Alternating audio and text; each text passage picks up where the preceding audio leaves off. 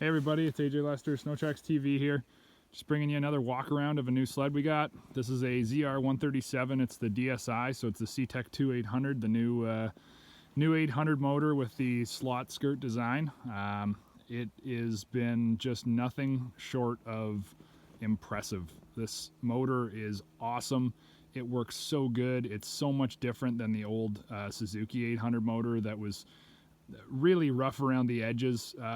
Performed pretty well, but not in the fuel mileage or oil consumption department. And this thing has been impressive in both of those areas, just completely changing what we thought of Arctic Cat's 800 motors. This thing is like the 600 CTEC, impressive in every area. We're really tickled with this thing. We've got over 1,000 miles on it, so it's not just like first couple 100K or anything like that. This has got 1,000 miles on it. We've been running it hard.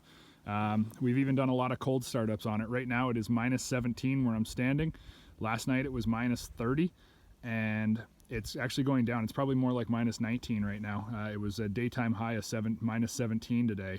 And I walked out. It had been outside all night long, and I fired the thing up. It took probably about 2 to 3 seconds rolling over, and boom, fires up. Of course, you get a little bit of smoke when it's that cold. You're not going to get anything that doesn't smoke at that temperature. And truth be told, you kind of want to see a little bit of smoke to know that there's some oil getting in there. But this thing, it just works great. It cold starts really well. The starter motor works awesome. Everything performs the way that we have expected high performance, high technology two-stroke motors to perform. It's really delivering on what they say it has. This is not a Snow Pro. This is your ZR, kind of the more basic one. Doesn't have the piggybacks with the QS3s. It does have a nice Fox Performance Series shock with a rebound clicker down on the bottom. And the cool thing is, yes, we like clickers. Yes, we like piggybacks. Yes, we like all kinds of cool shock technology. Maybe we don't like floats all that much, but we do like coilover shocks and all the cool stuff, the rebound, the compression, high and low speed, all that, dual triple rate springs, progressive rate springs, all that.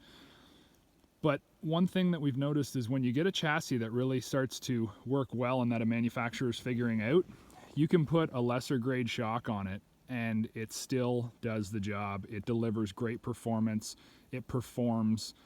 And that's exactly what this chassis is starting to do now. They can put a basic non-reservoir shock on it, and you're really getting a confident, comfortable, just great ride out of this sled. It's impressing us everywhere we take it. Everything we do with it, it's delivering.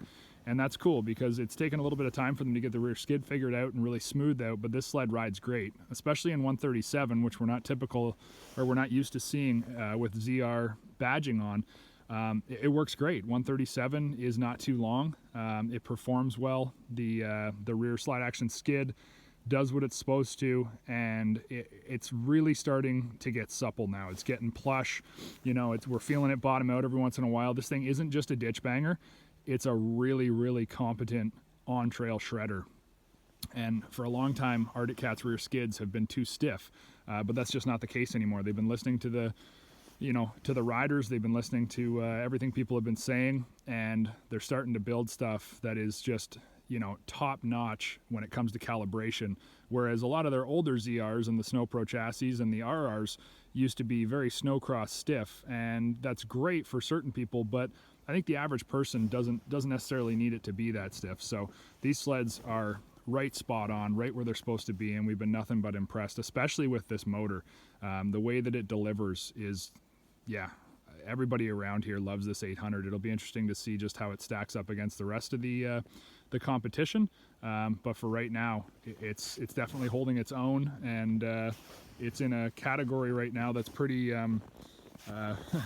full and pretty busy. But I'll tell you what, this motor is not disappointing in any way, and it's not showing any flaws anywhere. It really does work good. And the performance out of it is super solid too. We're really impressed with just how hard hitting it is, but how smooth and drivable as well. I mean, it's not just all punch, and kind of tough to run at low RPM, low speeds. When you do get in that trail section where you're following somebody or putting through town, it's not hard to ride at low RPMs. It's quite competent and quite capable there, and happy to when you do. It's not loading up or anything like that. I mean, this motor is so much different than the Suzuki 800. Really, it's just completely opposite. So I think Arctic Cat has two great offerings in the two-stroke category now.